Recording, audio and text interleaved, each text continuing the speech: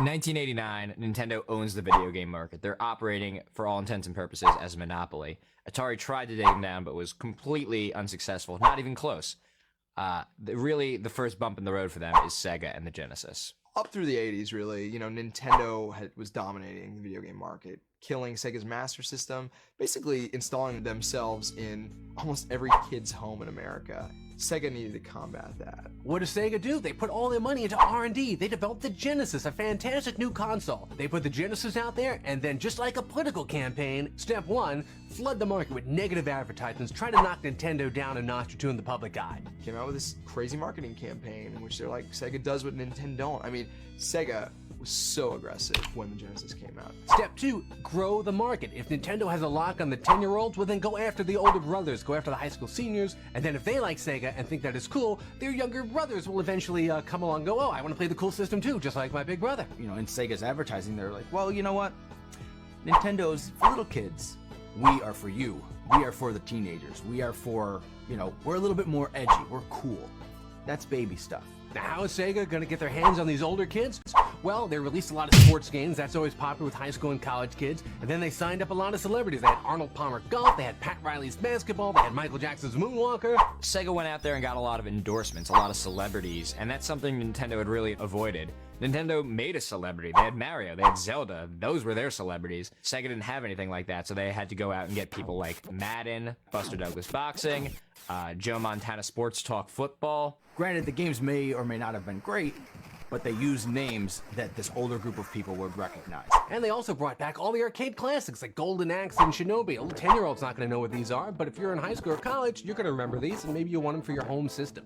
Basically, Sega had a history of making really good arcade games. For the first time, you could play arcade-like versions of Strider, Altered Beast, Space Harrier. Sega also produced games that were more intellectually stimulating, you should say, like games that are geared toward older kids. Sword of Vermilion is a good example. These are complex role-playing games. More complex adult games like Phantasy Star or Populous, which to this day I can't figure out. And then Sega also had wackier, more indie fare, like they had a Ren and Stimpy game, they had Toe Jam and Earl, to kind of appeal to that artsy, cool crowd. Same with Echo the Dolphin. It's a very original game that's not like anything out there, and there may be a reason for that, but you gotta hand it to them, it's unique. Now everything's going well for Sega, but they're missing one thing. Nintendo, well, they've got mascots. They've got Mario, they've got Zelda, they've got Donkey Kong, they have all these great characters. Nintendo has this cast of characters that have worked their way into people's hearts.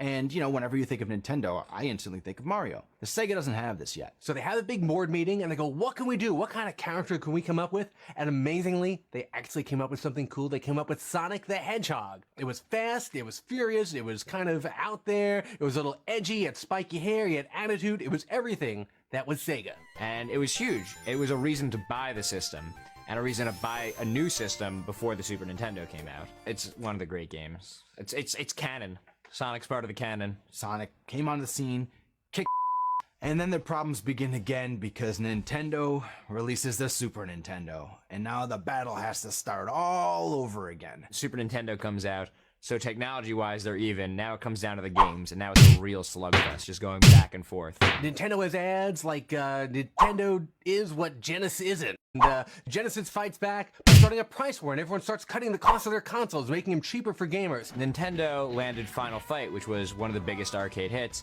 and Sega couldn't get that, so they made Streets of Rage, which is a pretty good competitor.